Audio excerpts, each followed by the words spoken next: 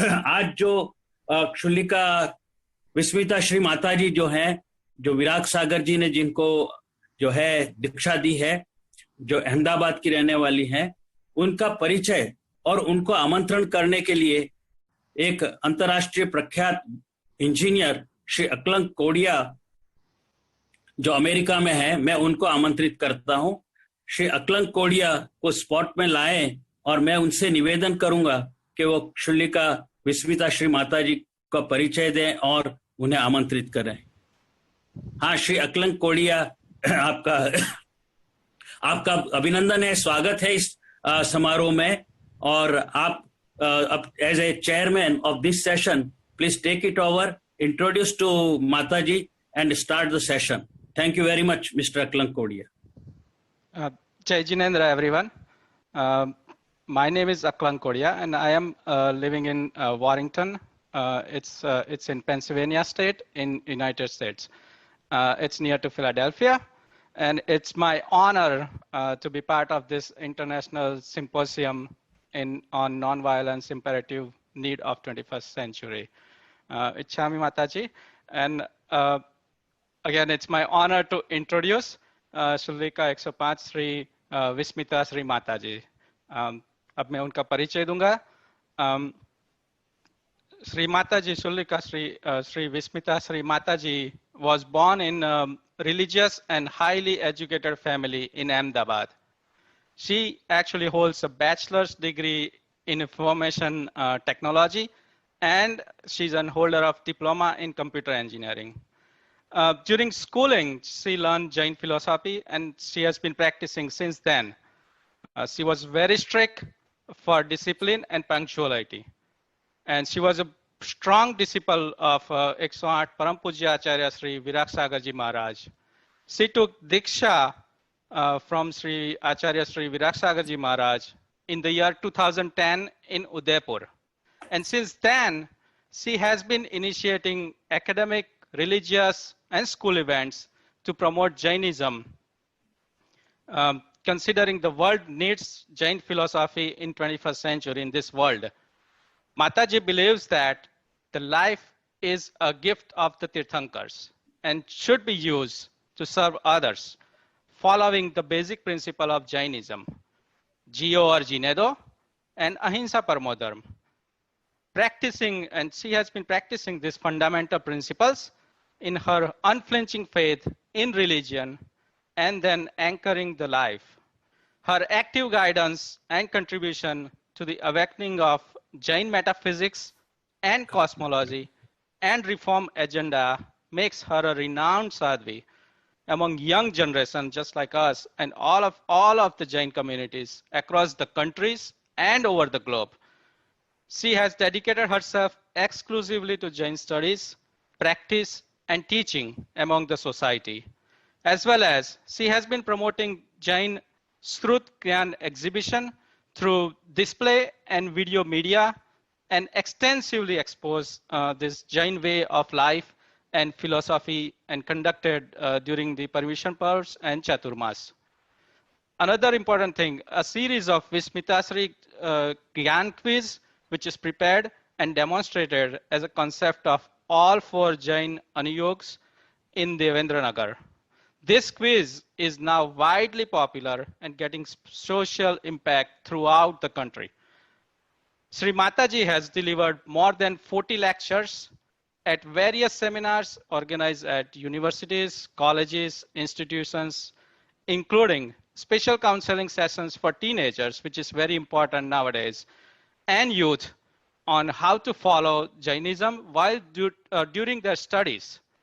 Sri Mataji has visited Sri Lanka and delivered lectures in the international seminar at Kalania University. She has also visited Kenya for an international conference and delivered her thoughts on comparative study, Jainism, and the world. So without further ado, now I humbly request Sri Mataji, Vismita Sri Mataji, to give lecture on various aspects of nonviolence and their significance in Jainism. We would have, Mataji, we would have about 40 minutes for the lecture, and probably maybe we'll we'll try to get some questions after your lecture.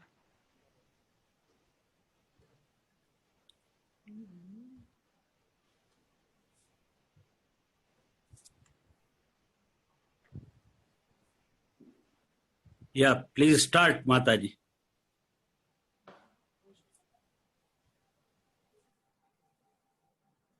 Let me share the screen. आपको host बना दिया है. आ गया.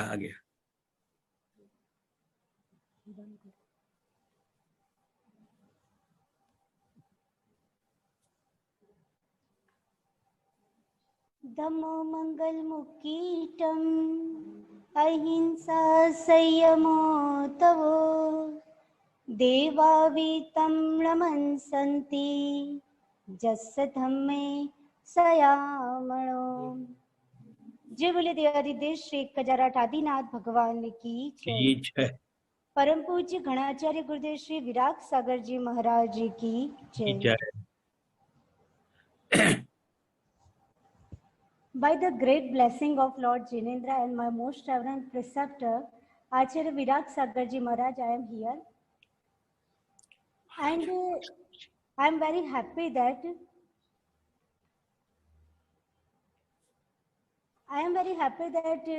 Ahimsa Mission Organization has arranged a great webinar on the topic of non-violence and and I'm very happy that Dr. Rajmalji and his team are doing very great efforts to making this webinar successfully, and they are spreading the non-violence message in all over the world. He requested to me before the 1.5 months, and I'm very happy to being the part of this webinar. Now I start my subject. My subject name is Various Aspects of Non-Violence and Their Significance in Jainism. Full significance of non-violence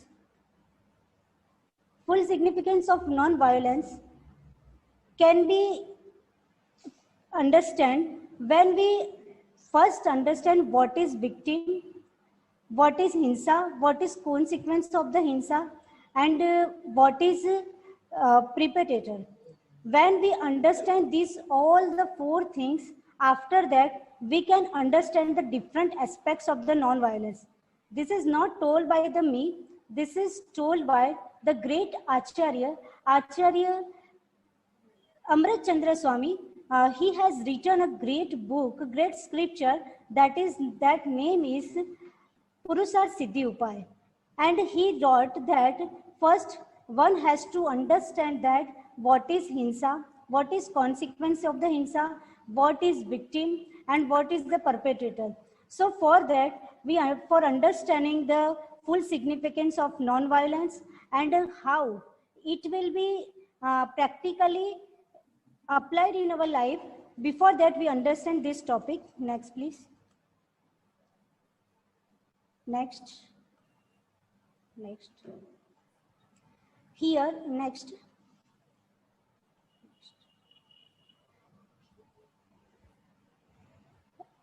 Acharya Amrit Chandra Swami has described that there are 4 types of violence. First is own bhav pranahinsa, second is own dravya pranahinsa, third one is adhar bhav pranahinsa, and fourth one is adhar dravya pranahinsa. Right?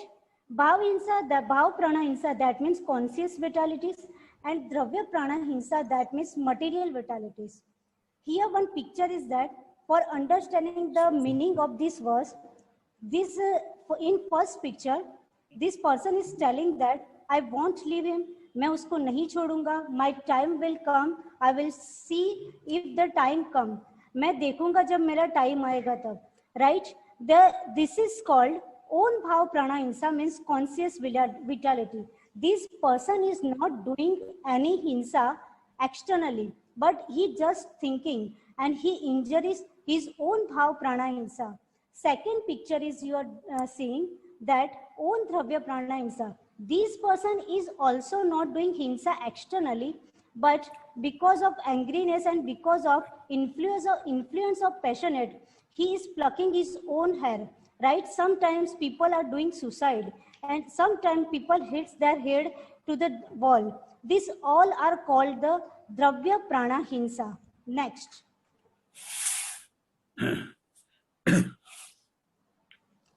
Third example, Adhar Bhav Prana Hinsa. Here you can see that this person is shouting on this girl, and this girl is crying and be hurted, and she feels very bad.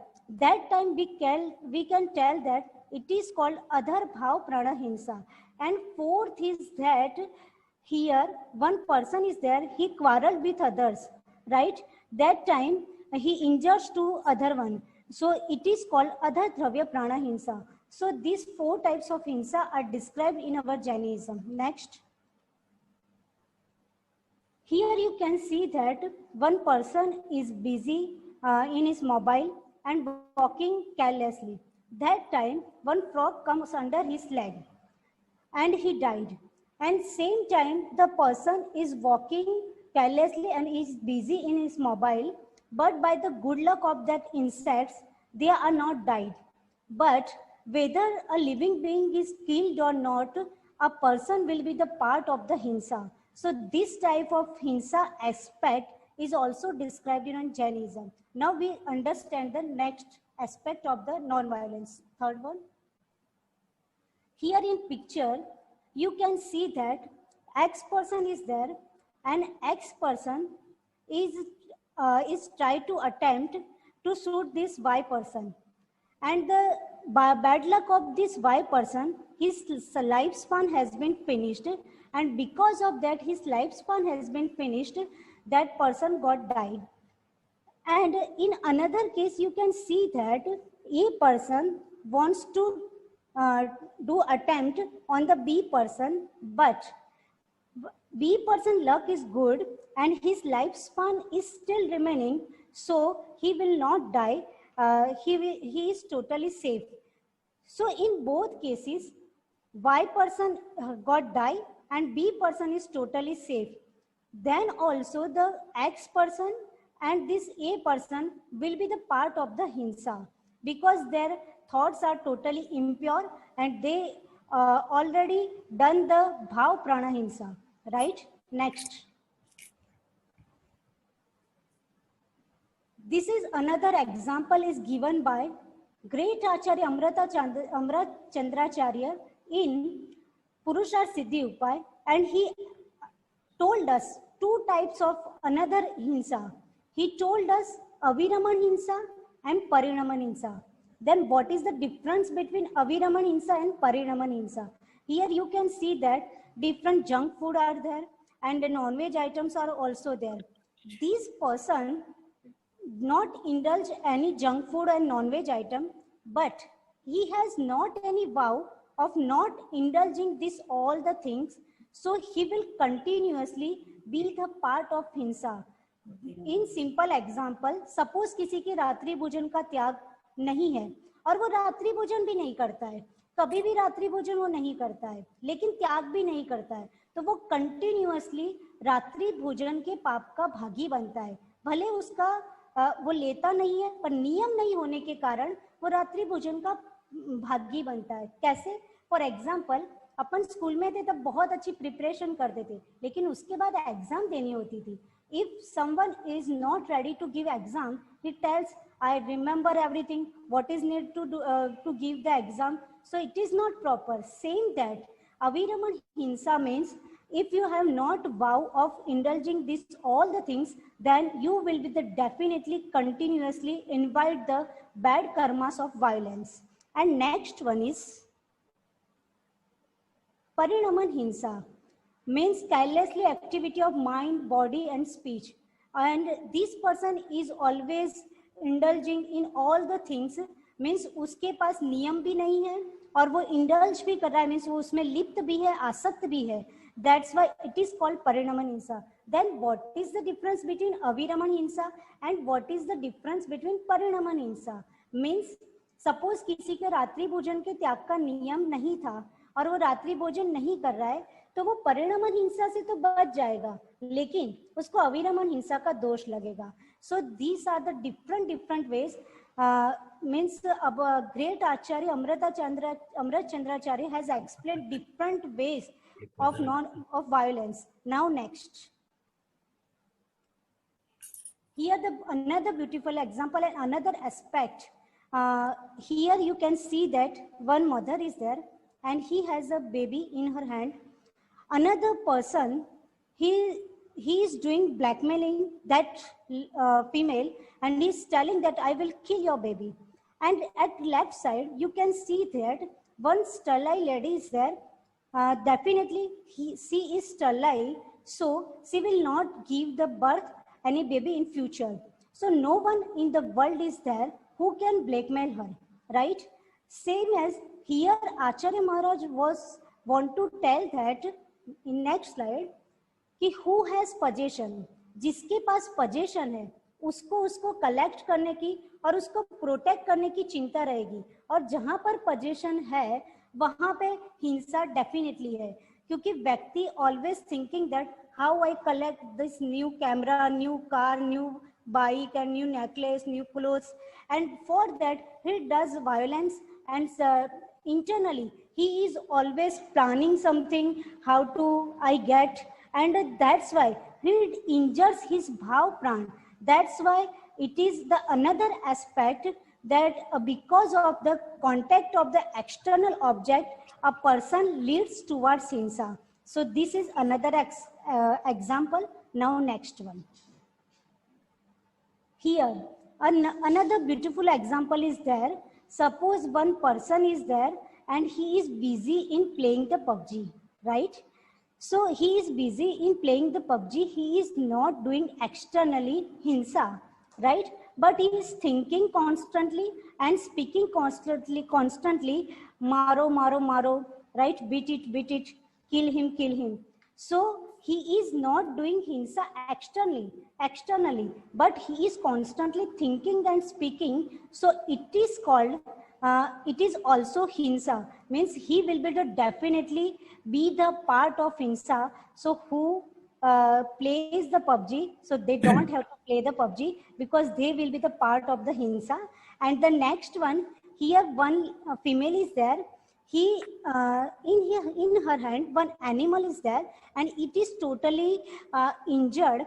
She tries to protect it, but by bad luck of this animal, he died, and she is in very tension that I can't protect it, and with my hand it is died.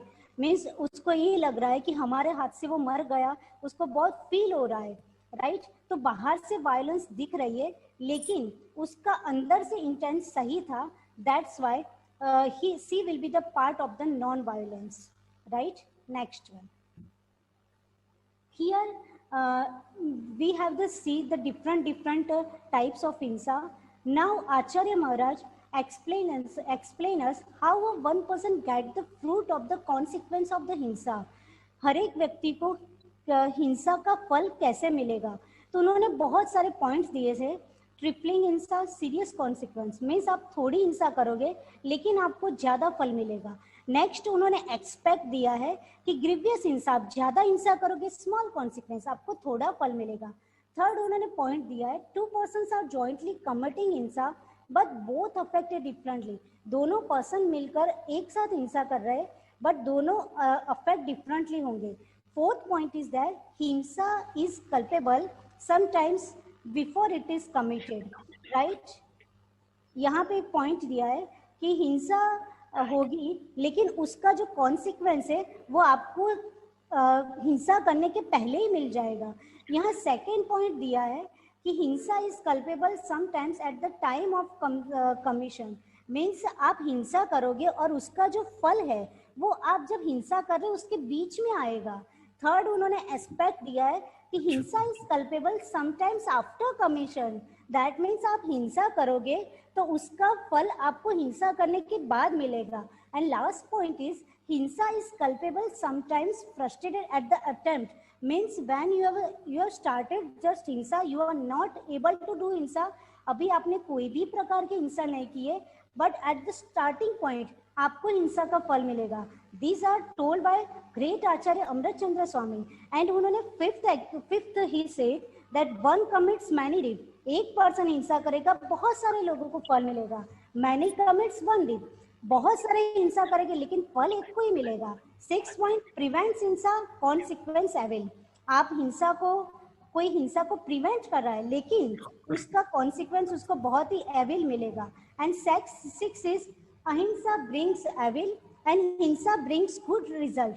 अहिंसा है वो evil यानी खराब result को लाएगा और हिंसा है वो अच्छे रिजल्ट को लाएगा. तो ये डिफरेंट एस्पेक्ट सुन करके बहुत ही अजीब लग रहा है. Now we try to understand in which manner Amrit Chandra Acharya was explained to us. Here the beautiful example, tripling hinsa serious consequence. Here you can see the first example, King Shranik and Yashodhar Muniraj is there. You all know about this story. When King Shranik was passed from jungle, he see to Jain saint and he think that oh, Jain saint is there. He want to take revenge from Jain saint and he decided to kill him. And that time he planned to kill him by his sword. But at that time he think that if I will kill him by sword, then what will be my citizen will say to me. Because of that fear, he not killed by his sword, but he took one dead snake and he put that dead snake on the neck of this saint. In this case, ये case में अपने को ऐसा लग रहा है कि tripling हिंसा in compare to kill him by the sword. The तलवार से मारने की जगह एक स्नेक रखा, वो ट्रिपलिंग हिंसा है. But he will get the fruit of the consequence of hinsa is very grievous. Why? Because his intention inside is that I want to kill him by sword. That's why. And another scene here you can see that this female is there, this mother is there, and mother is beating to her daughter. Outside externally we see that the grievous hinsa is there, but she will not get the result of consequence of hinsa is grievously. She will get the small consequence of hinsa. Means यहाँ बाहर से उस case में externally हिंसा ज्यादा कम दिख रही है, लेकिन इंटरनली भाव खराब होने से उनको ज्यादा पाप लगेगा. और यहाँ मदर का इंटेंट है सिर्फ वो बच्चे को सुधारने का, इसलिए बाहर से एक्सटर्नली हिंसा ज्यादा है लेकिन वो हिंसा उनको स्मॉल मिलेगी. That's why here the great Acharya has explained tripling hinsa, serious consequence, grievous hinsa, small consequence. Now the next point. Here third point is there.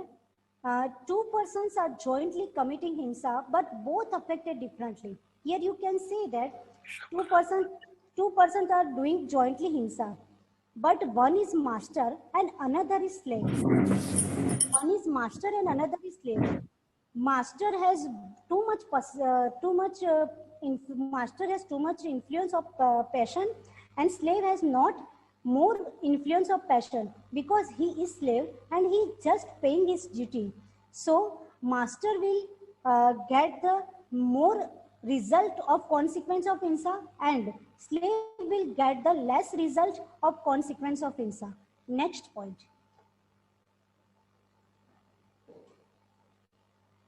Yes, here one another example. Hinsa is culpable sometimes before it is committed. How this is possible? हिंसा का result, हिंसा करने के भाव का result हिंसा करने से पहले मिलेगा. यहाँ आचार्य महाराज कितनी बड़ी बात कर रहे हैं, उसको मैं एक सिंपल एग्जाम्पल से मैंने समझाने का ट्राई किया है कि हिंसा करने का रिजल्ट हिंसा करने से पहले कैसे मिलेगा. Here one person is there, you can see that red border outlining is there. वो पर्सन उस जो बेबी है उस बेबी का मर्डर करना चाह रहा है, मीन्स किडनैप करना चाह रहा है. But two problems with him. First problem is that there are many persons are standing around him, and second problem is that he is only one person. No other person is not supporting to him for kidnapping that boy. So fear is there. Because of these two problems, he can't kidnap that baby, but he constantly thinking of kidnapping that baby. And because of that constantly thinking of kidnapping that baby, that negative and impure thoughts uh, invites the negative violence karmas. And after a few days, he get the 1% friendship, and that person has told to him, I will support to him, and we both kidnap that baby. And for his good luck, after some day वो baby था, वो deserted area से पास हो रहा था, और दो लोगों की स्ट्रेंथ मिल गई. तो जो ये दो लोगों की स्ट्रेंथ, उसको एक अनदर पर्सन की जो स्ट्रेंथ मिली, और वो बेबी उसको रूरल अथवा डेजर्टेड एरिया में मिल गया, वो उसके लिए हिंसा का जो उसने कांस्टेंट थिंकिंग किया था, उसका फल उदय में अभी हिंसा नहीं की, उसके पहले ही आ गया, और उसका कर्म का उदय आया. दैट्स वाई वो उसको दूसरे की स्ट्रेंथ मिली, और दूसरा वो व्यक्ति जो बेबी था उसको डेजर्टेड एरिया में मिला. तो ये कहलाता है कि हाउ हिंसा is culpable sometimes before it is committed. Means को उसको जो स्ट्रेंथ मिली, उसके कारण he is able to kidnap that baby. Right. Next point. Here the another point, hinsa is culpable sometimes at the time of the commission. Right. Means हिंसा है वो कभी कभी हिंसा का फल है, वो कभी कभी हिंसा करते समय बीच में उदय में आता है. तो कैसे, उसके लिए मैंने एक सिंपल एग्जांपल यहाँ डिजाइन करवाने का ट्राई किया है. Here one person, he has a very passionate and violent thoughts, and he is thinking and making plan to murder another person. And when he is doing murder, and that time he go to that area, in which area the CCTV camera is there, and that person is captured by this CCTV camera. That means जो हिंसा का फल था उसको, वो जो planning करके जो उसने कर्म बांधे थे हिंसा के, वो उसको हिंसा करते समय बीच में उदय में आ गया. दैट्स वाई वो सीसीटीवी कैमरा के अंदर कैप्चर हो गया. ये जनरल एग्जांपल से इस बात को एक्सप्लेन करने का ट्राई किया. Now third example.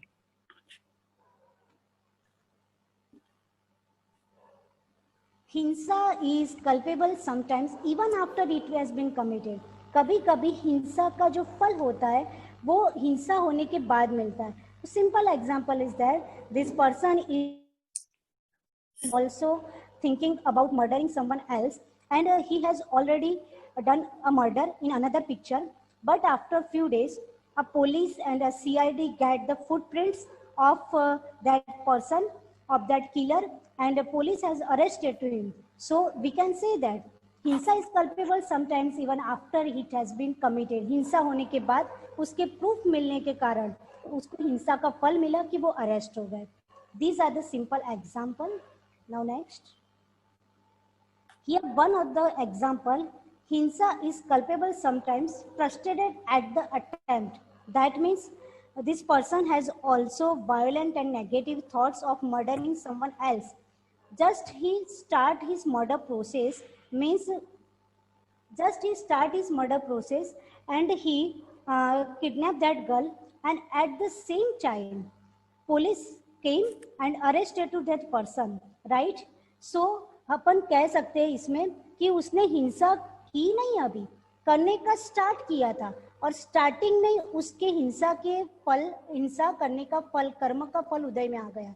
Right. So these are the 4 aspect taught by great Acharya Amrit Chandra Swami. Now next. One commit many deed. एक हिंसा करता है, बहुत सारे उसका फल भुगता है. How this is possible? This is simple example. In WWF we see that one person is there, he is the winner, and other public is there, they are enjoying the defeat of the another person.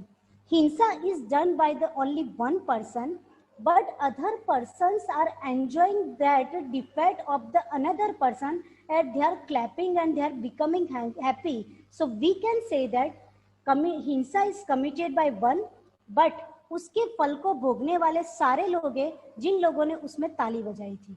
Right. Next one. here I given the another example. On the time of Dasera, one person burnt the statue of the Ravan, and many public are enjoying that scene, right? And being happy and taking video and photo and clapping, right?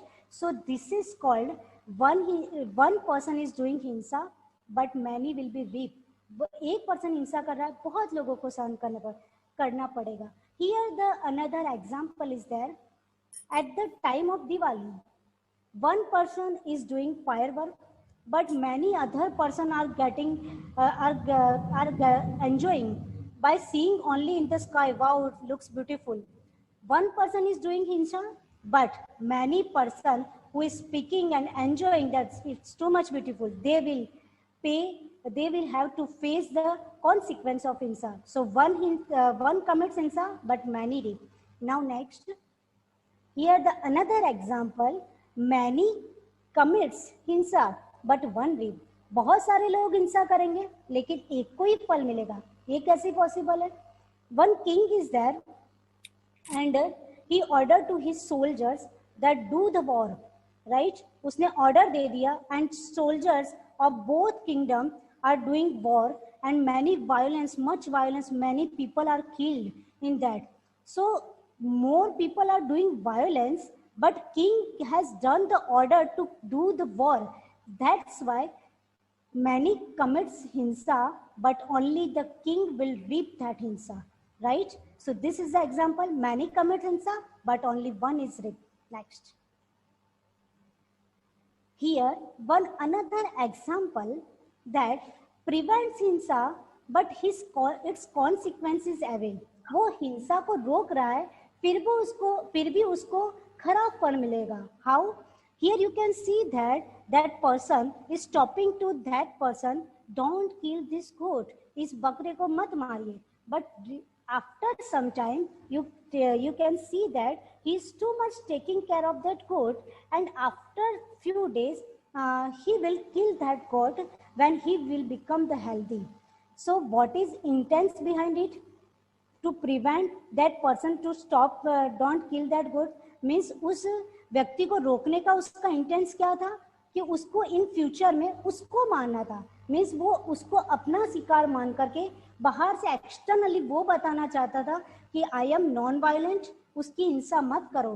But उसके पीछे intense खराब होने के कारण उसको consequence evil मिलेगा.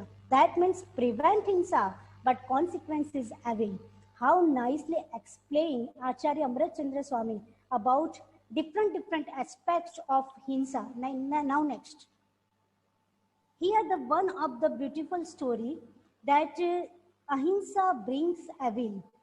बाहर अहिंसा को फॉलो कर रहा है, नॉन वायलेंस को फॉलो कर रहा है, लेकिन कॉन्सिक्वेंस एविल कैसे आएगा?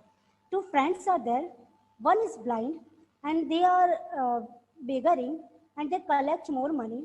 बट ये जो दूसरा फ्रेंड था उसके मन में आया कि मैं एक काम करता हूँ, ये ब्लाइंड फ्रेंड है उसके किल कर देता हूँ, मार देता हूँ, सो सारे मनी मेरे पास आ जाएंगे.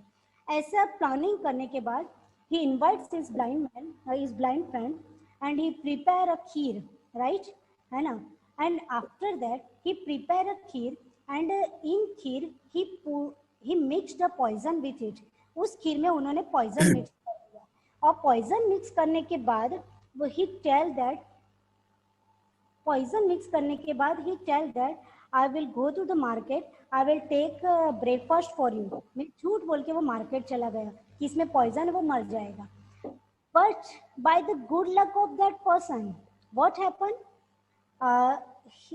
His smell sense is very powerful and because of the mixed poison his different smell is there, so he understand that something is mixed inside it. And उसका जो धुआं था उसके साथ केमिकल रिएक्शन होने के कारण वो धुआं उसके आंखों को टच हुआ, आइज को टच हुआ, और केमिकल रिएक्शन ऐसा हुआ कि उसकी आइज की जो साइट चली गई थी वो आई साइट रिटर्न आ गई, राइट. सो वो पर्सन, उसका फ्रेंड उसका बुरा करना चाहता था, बट उसका गुड लक था, वो इतना अच्छा था कि बुरा करना चाहता हुए भी उसका अच्छा हो गया. तो बाहर से अहिंसा दिख रही है और उसका अच्छा भी हुआ इसलिए अहिंसा दिख रही है, लेकिन उसका friend will must have to pay the grievous consequence of the hinsa, right? And last, next.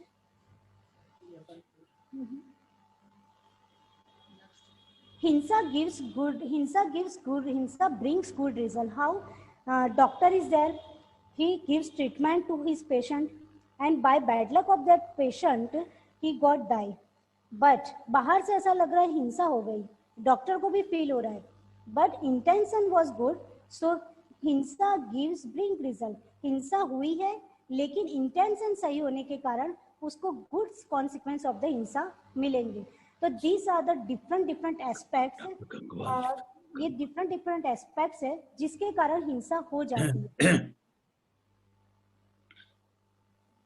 Now here what should we do? Means इतनी तरह से हिंसा होती है तो पीपल को हिंसा से दूर होने के लिए क्या करना चाहिए? Very step by step Acharya Maharaj is explain. He first tell that avoid 5 udambar fruits and flesh, wine and honey. Next. In next slide, question is that why we should avoid the wine. He tell that wine is the birthplace of the many creatures which are generated in the liquor, right? So we must avoid the wine. Now next, why should we avoid the flesh? So Acharya Maharaj has told that no any flesh food cannot be produced without killing any living beings in the world. You must have to kill any living being, then and then you can produce the flesh food.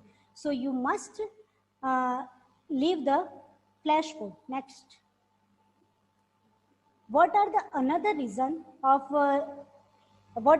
reason why one should leave the flesh food? Acharya Maharaj has told that कि कोई सोचे कि हम कोई मरे हुए animal का यदि मांस खा रहे हैं तो क्या प्रॉब्लम है. तो आचार्य महाराज ने ये भी बोल दिया कि यदि आप मरे हुए डेड एनिमल का फ्लैश फूड यूज कर रहे हो तो भी उसमें कॉन्स्टेंटली नॉन स्टॉप उसी कलर के, जिस कलर का उसका बॉडी का मांस है उसी कलर के non stop millions of living beings constantly created. So dead animals का मांस भी नहीं खाना चाहिए. Next. Sometimes people use leather products. बहुत सारे लोग लेदर प्रोडक्ट्स यूज कर रहे हैं. टाइम इज वेरी लेस, मैंने बहुत सारी स्लाइड्स कट कर दी है. यहाँ पे आप देख रहे हो कि कौन कौन सी प्रोडक्ट से क्या क्या चीजें बन रही है. सो क्वेश्चन इज दैट कि लेदर क्यों यूज नहीं करना चाहिए? तो इसलिए नहीं करना चाहिए क्योंकि लेदर, कोई बोले कि मरे हुए प्राणी से यदि लेदर बनाए तो उसका belt, shoes, sofa set, jacket, belt, ये सब यूज करने में क्या प्रॉब्लम है? लेकिन फर्स्ट आप जज ही नहीं कर सकते कि वो मरे हुए एनिमल्स की स्किन से बना है या फिर लिविंग बीइंग से. और दूसरी बात, वो मरे हुए एनिमल्स की स्किन से बना है या लिविंग बीइंग को किल करके मारा गया है, दोनों में ही कॉन्स्टेंटली समूर्छन जीव उत्पन्न होते हैं. कॉन्स्टेंटली समूर्छन जीव उत्पन्न होते हैं. सो आप जितनी भी बार लेदर पहनोगे उतनी भी बार you will be the part of the violence. So you must have to leave the leather. Now next. Here honey is there. Honey होता है, वो बहुत सारे आयुर्वेदिक डॉक्टर्स बोलते हैं कि हनी यूज मत कीजिए. What is the reason why we should not use the honey? आपको सिंपली बता रही हूँ कि हनी होता है वो बहुत सारे फ्लावर्स का नेक्टर को चूसता है. वो मिलियंस, बहुत सारे मिलियंस वो वॉक करता है, चक्कर लगाता है और इतने सारे फ्लावर्स का नेक्टर लेके आता है. उसके बाद उस नेक्टर को ले करके वो वॉमिटिंग करता है. और वॉमिटिंग एक बार नहीं, here you can see that 50 times vomiting करता है, तब जाके 1 पाउंड जैसा हनी क्रिएट होता है. और वो इसलिए इकट्ठा करता है कि सर्दी के टाइम वो नेक्टर लेने के लिए नहीं जा सकता, तो वो फ्यूचर प्लानिंग के थ्रू वो कलेक्ट करके रखता है. पर व्यक्ति अपने लिए वो कुछ भी नहीं देखते हुए जब उसके छत्ते को काटता है तब बहुत सारे हनी बीज होते हैं वो क्रश हो जाते हैं और उनकी हिंसा होती है. और अपने यहाँ बोला है कि 1 single drop of water honey use करने से 7 गांव जलाने जितना दोष लगता है. So we should not use honey also. Next.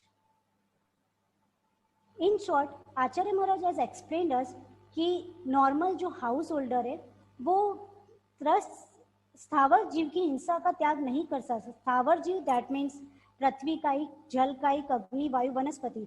Here you can see in the photo, कोई अपना घर बनाने के लिए, कोई बिल्डिंग बनाने के लिए पृथ्वी खोद रहा है. बहुत सारे फैक्ट्रीज का केमिकल मिक्स जो वाटर होता है वो रिवर में फ्लो किया जाता है. तो रिवर में जो जीव है वो उनकी भी डेथ होती है, राइट. एंड थर्ड, पटाखे जलाना, वो अग्निकायिक जीवों की हिंसा. ये one simple example has given. कोई अपना कंस्ट्रक्शन के लिए प्लांटेशन तो करता नहीं है, लेकिन जो प्लांट है, जो ट्रीज है, उसको कट करता है, राइट. ये वनस्पति कायिक जीवों की हिंसा है. और वायु कायिक जीवों की हिंसा फैक्ट्रीज के जो फ्यूम, धुएं के कारण जो हो रहा है, पॉल्यूशन के कारण. तो इस तरह से हाउस होल्डर होता है वो 100% स्थावर कायिक जीवों की हिंसा से नहीं बच सकता, because he has to do many works, but carelessly he should work carelessly that he don't harm to this 5 स्थावर कायिक. सपोज एक सिंपल एग्जांपल कि आपको सर्दी हुई है तो आपने तुलसी का पत्ता तोड़ा तो फिर भी उसमें कम हिंसा है, लेकिन कोई मतलब नहीं है, अच्छा लगा फ्लावर और अपन ने तोड़ दिया. तो ये केयरलेसली जो एक्ट होता है वो अननेसेसरी जो एक्ट है उससे बचना चाहिए. Now next, here in recent time and new generation people face this problem, means especially vegetarian people. Some non-vegetarian people do argue that हम नॉनवेज खा रहे हैं तो क्या प्रॉब्लम है. आप वनस्पति का यूज कर रहे हो, आप वनस्पति ले रहे हो, तो वनस्पति भी जीव है और हम नॉनवेज खा रहे हैं वो भी जीव है, फिर दोनों में ही हिंसा है, तो आप वनस्पति क्यों खा रहे हैं. तो here great example is given by great Acharya Amritchandra Swami. सोचिए उन्होंने कितने साल पहले ग्रंथ लिखा था, लेकिन आज जितने भी प्रॉब्लम्स फेस हो रही है वर्ल्ड में वो सारे सॉल्यूशन उन्होंने यहाँ पे दिए हुए. उन्होंने ये बोला था कि हम जो वनस्पति शाकाहारी लोग यूज करते that is first sense living being, right. And जो एनिमल्स को किल करके जो नॉनवेज प्रोड्यूस किया जाता है that animals are fifth sense living being. And fifth sense living being animals have 10 vitalities, 10 प्राण होते हैं. And one sense living being plant has only 4 vitalities, 4 ही प्राण होते हैं, राइट. इसलिए one sense living being की हिंसा and 5th sense living being की हिंसा में जमीन आसमान का फर्क है. आपने कभी ट्री को कट किया तो उसमें से ब्लड निकला क्या? आपने कभी ट्री को कट किया तो उसमें से क्या मांस निकला? नहीं निकला. तो वनस्पति को इंडल्ज करना और 5th सेंस लिविंग बीइंग को किल करके उसका नॉनवेज फूड लेना, उन दोनों में बहुत डिफरेंस है, उसकी हिंसा में बहुत डिफरेंस है, right. So we should not kill the 5th sense living being. Next, here कभी जी. हाँ माता जी, अभी आप कंक्लूड करने का करिए, है ना. जी. Here one example is that sometimes कोई बहुत बीमार होता है तो अपन ये कहते हैं कि चलो मर जाए तो अच्छा, बेचारा 15 साल से बिस्तर में है, राइट. ऐसे शब्द भी नहीं बोलना चाहिए, बिकॉज उसने कितने पुण्य करके मनुष्य जन्म उसने पाया था और अपन उसके हिंसा के भाव करके अपन हिंसा का भागी बनते. So we should not use this type of sentence. In short, I want to tell that 5 types of sins.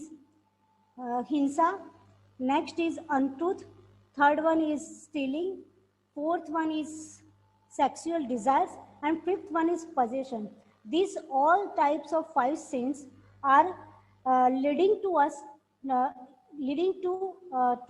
us towards hinsa, right. Next, here this person is speaking that this is my cow and for identity ये बोलता है कि tag लगाओ काऊ के कान में जो tag लगाओ, छेदन करो. तो ऐसे वर्ड्स असत्य के अंदर आते हैं और ऐसे वर्ड बोलना भी हिंसा है. नेक्स्ट, कभी ओवरलोडेड एनिमल्स मीन्स एनिमल्स को ओवरलोडेड किया जाता है और फिर भी बोलता है व्यक्ति कि load more and more material. ऐसे वर्ड्स असत्य के अंदर आते हैं और ऐसे वर्ड्स बोलना भी हिंसा है. नेक्स्ट, बीट इट, ऐसे वर्ड्स बोलते अपन, एडवाइस देते राइट, तो ये भी हिंसा में आता है। नेक्स्ट, तो ये झूठ है और झूठ भी हिंसा है। यहाँ पे दिखा है कि एक व्यक्ति है, वो दूसरी फीमेल का नेकलेस चोरी कर रहा है, तो वो अपने भाव प्राणों की हिंसा कर रहा है और उसको पेन हो रहा है, तो उसके भाव प्राणों की हिंसा हो रही है। और जब पुलिस उसको अरेस्ट कर देती है तो उसके द्रव्य प्राण की हिंसा होती है और टेंशन के कारण इस लेडी को डिप्रेशन में आ जाती है, यू कैन सी, तो वो उसके द्रव्य प्राणों की हिंसा हो रही है, तो चोरी भी हिंसा है। नेक्स्ट, पजेशन भी हिंसा है। ये पजेशन सारा 10 प्रकार का परिग्रह यहाँ पे बताया, मैं शॉर्ट में एक्सप्लेन कर रही हूँ। और 10 प्रकार के परिग्रह के कारण ही, उस परिग्रह के निमित्त से ही व्यक्ति चिंता करता है कलेक्ट करने का, प्रोटेक्ट करने की, और उसके कारण व्यक्ति हिंसा की ओर बढ़ता है। So we should minimise our possession. Next, और आचार्य महाराज ये कह रहे सेक्सुअल डिजायर है वो भी पजेशन है। जो फीमेल के प्राइवेट पार्ट होता है बॉडी के, उसमें बहुत सारे समूर्छन पंचेंद्रिय जीव होता है, और जब कपलिंग प्रोसेस होती है तो सारे समूर्छन पंचेंद्रिय जीवों की हत्या होती है, इसलिए इस डिजायर को कंट्रोल करना चाहिए। नेक्स्ट, और लास्ट, इन शॉर्ट, पांचों पाप ही हिंसा में ही इंक्लूड होते हैं। नेक्स्ट, रात्रि भोजन में रात में अनाज खाना is equivalent to the eating flesh, and रात में पानी पीना is equivalent to drinking blood. क्यों? सनसेट में अपन सबको पता है रात्रि में बहुत सारे इंसेक्ट्स अपने ईटेबल्स पे अटैक करते हैं और वो सारे अपने स्टमक में जाते हैं, तो अपना स्टमक ना रह करके कब्रिस्तान बन जाता है। So we should not eat after sunset. Next, तो रात्रि भोजन करना भी एक हिंसा है। It is the story. I am next. बाद में आचार्य महाराज ये कह रहे हैं, माताजी अब चूंकि हमें, माताजी मैं क्षमा चाहता हूं, लेकिन फिर प्रश्न का समय नहीं रहेगा, और आपके इस प्रवचन बहुत अच्छा है, लेकिन इस पे 3-4 प्रश्न ऑलरेडी आ चुके हैं, तो मेरा ख्याल से मैं श्री अकलंग कोड़िया से निवेदन करूंगा कि वो पहले अब प्रश्न का जो है ऑर्गेनाइज करें, प्रश्न मंच को। श्री अकलंग कोड़िया, अब आप माताजी थोड़ा इसको लगाम दे दें, और पहले जो जो प्रश्न हैं उनको श्री अकलंग कोड़िया बताएंगे। राहुल, आप जिनके जिनके थम्स अप हुए हैं, हैंड रेज हुआ है, उनके प्रश्न ऑर्गेनाइज करिए। Shri Akalank Kodia, yes. Jai Jinendra, it was a real great presentation, very simple pictures, nice explanation. It's really good. Thank you, Mataji. I see hand raised from Padam Patniji, Dubai. जय Jinendra. Jai Jinendra. मैं पद्म Kumar Patni Dubai से बोल रहा हूँ। माताजी ने बहुत प्रश्न तो का आंसर तो इन्होंने दे ही दिया, खुद ने काफी अच्छा इनका लगा। पर मैं एक चीज पूछ रहा था कि श्वेतांबर मत है, उसमें ये लोग वो शहद खाता है, तो वो क्या उनके अपना वाला रूल लागू नहीं होता? रूल्स तो all the living beings of world पे लागू होता है, पर कोई खा रहा है तो आचार्य महाराज तो श्रेष्ठ अहिंसा ही बताएंगे, लेकिन व्यक्ति अपने कैपेसिटी एंड अपने डिजायर कैपेसिटी के अकॉर्डिंग और जिस भूमिका में वो रह रहा है उसके अकॉर्डिंग उसको लेफ्ट करना चाहिए, और हनी तो डेफिनेटली लेफ्ट करना ही चाहिए, बिकॉज अपन ने देखा कि उसमें कितनी हिंसा है। अब कोई खा रहा है तो अपन उसमें क्या कर सकते हैं? बहुत अच्छा। नहीं बस तो सही है आपकी, लेकिन बस इतना नहीं, बहुत सारे प्रश्न हैं, बहुत सारे प्रश्न हैं, इसलिए मैं माफी चाहता हूँ। हाँ, mister Akalank, next question. Next question, I see hand raised from Sarojji Jain. Yes, एक कल्पना जैन और पंकज रंजन जी के भी प्रश्न हैं। सरोज जैन को जरा अनम्यूट करिए, अगर वो नहीं दिख रही है तो। जय जिनेन्द्र माता जी। हाँ, आ गए। हाँ, माता जी, हमें रात में क्यों नहीं भोजन करना चाहिए? रात में इसलिए भोजन नहीं करना चाहिए कि बहुत सारे इंसेक्ट्स ऐसे होते हैं कि जो दिन के प्रकाश में बाहर नहीं आ सकते, और जैसे ही आप रात में भोजन करते हो आफ्टर सनसेट, तो वो सारे जो इंसेक्ट्स है वो आपके जो इटेबल्स होते हैं उस पर अटैक करते हैं। नॉर्मली जब बारिश आती है तो आप देखते हो हैलोजन के पास कितने सारे जीव होते हैं, रात होते ही मच्छर घर में आने लगते हैं, राइट। ये सब शो बाहर की बड़ी चीज तो अपने को दिखती है, लेकिन वो जो बहुत छोटी चीज है वो अपनी आंखों से दिखती नहीं है। लेकिन दिखती नहीं है उसका मतलब ये नहीं है कि नहीं होता है, हिंसा होती है। अपने शास्त्रों में स्ट्रिक्टली वार्निंग दी है कि रात में खाना वो मांस खाने के बराबर है। इतने सारे इंसेक्ट्स आपकी बॉडी में आपके फूड के थ्रू जाएंगे और सारे किल हो जाएंगे, इसलिए अपने को रात में नहीं खाना। Thank you. Thank you. शायद एक कल्पना जैन करके पंकज रंजन जी हैं जी। हाँ, प्रश्न पूछिए सर, आप अनम्यूट करिए। हाँ, वंदना में माता जी। हाँ हाँ, मैं ये पूछना चाहता हूँ माता जी, आपने ये बताया है कि जैसा रावण का पुतला जलाते हैं तो उसमें हम ताली वगैरह सब बजाते हैं, आनंद लेते हैं, तो सभी को पाप लगता है। और एक आधा राजा जो है अगर वो ऑर्डर दे देता है कि हमको लड़ाई करना है तो उसका पाप खाली राजा को लगता है। तो अगर हम इसमें ये देखें तो कोई डॉन आदमी है और वो किसी को किडनैप करने को कह देता है, अपने आदमी को किसी को उड़ा देने को कहता है, तो इसका पाप किसे लगेगा? इंटेंस देखा जाता है। सपोज डॉन व्यक्ति वो किडनैप करने को बोल रहा है, दूसरे व्यक्ति के भावों की इंटेंसिटी क्या है उस समय, मीन्स वो सही में उसको मारना चाह रहा है कि नहीं, कि जस्ट एक मीन्स ऐसी ड्यूटी वो जानबूझ के कर रहा है। जैसे आतंकवादी लोग होते हैं वो जानबूझ के ऐसा क्रिमिनल्स में पड़ते हैं, तो डेफिनेटली उनको पाप लगेगा। जैसे मास्टर और स्लेव वाला एग्जांपल मैंने बताया था कि कभी कभी प्रेशराइज होकर व्यक्ति को हिंसा करनी पड़ती है, पर कभी कभी व्यक्ति धर्म के नाम पर हिंसा करता है, जुनून में आके हिंसा करता है, तो उसके इंटेंस के अकॉर्डिंग दोष लगेगा।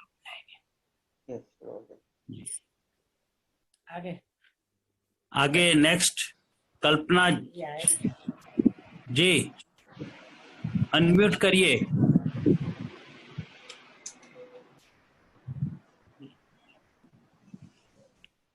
जी, आपका मोबाइल अनम्यूट करिए सर। मेरा? हाँ हेलो। हाँ जी, पूछिए आपका हाँ, क्वेश्चन। Yes yes. हाँ जी, इच्छामी माता जी, मेरा क्वेश्चन है कि लाइक अभी चाइना और इंडिया में थोड़ा टेंशन चल रहा है, and if there is a war type of situation, and in that case if war is organised and such a giant person is a soldier and he is doing war, then उस time पे उसे हिंसा का दोष लगेगा? इन महाभारत अनुशासन पर्व is there. अनुशासन पर्व में लिखा है कि मीन्स महाभारत ऑफ वेदास, उसमें ये लिखा हुआ है कि उस टाइम यदि अपनी कंट्री को प्रोटेक्ट करने के लिए कोई हिंसा करता है, मीन्स उसको सोल्जरिंग करनी पड़ रही है, तो उस समय उसको हिंसा का दोष नहीं लगेगा। ठीक है, बहुत अच्छा। अच्छा, मिस्टर अकलन कोडिया नेक्स्ट। ये राजेश। हाँ, इच्छामी माता जी, अनम्यूट कर दीजिए। हाँ, सुनाई दे रहा है, आप बोलिए आपका क्वेश्चन। इच्छामी माता जी, मेरा क्वेश्चन है कि सेल्फ डिफेंस में जो मतलब हिंसा होती है तो उसका पाप लगता है? सेल्फ डिफेंस में कोई अपनी प्रॉपर्टी को प्रोटेक्ट करने के लिए, कोई अपनी सेल्फ को प्रोटेक्ट करने के लिए ये वो हिंसा करता है, तो जैनिज्म के अकॉर्डिंग वो विरोधी हिंसा में इंक्लूड होता है। हिंसा वो दोष लगता है, लेकिन व्यक्ति अपने आप के प्रोटेक्शन के लिए कर रहा है, तो दैट इज इंक्लूडेड इन विरोधी हिंसा। बट इसीलिए कहा जाता है कि साधु बनने के बाद ये सारी हिंसाओं से बच जाता है, लेकिन व्यक्ति साधु नहीं है तब तक गृहस्थ के लाइफ में ये सब हिंसा होती है, और उसको ट्राई करना चाहिए कि ये सारी हिंसा से बच सके। धन्यवाद।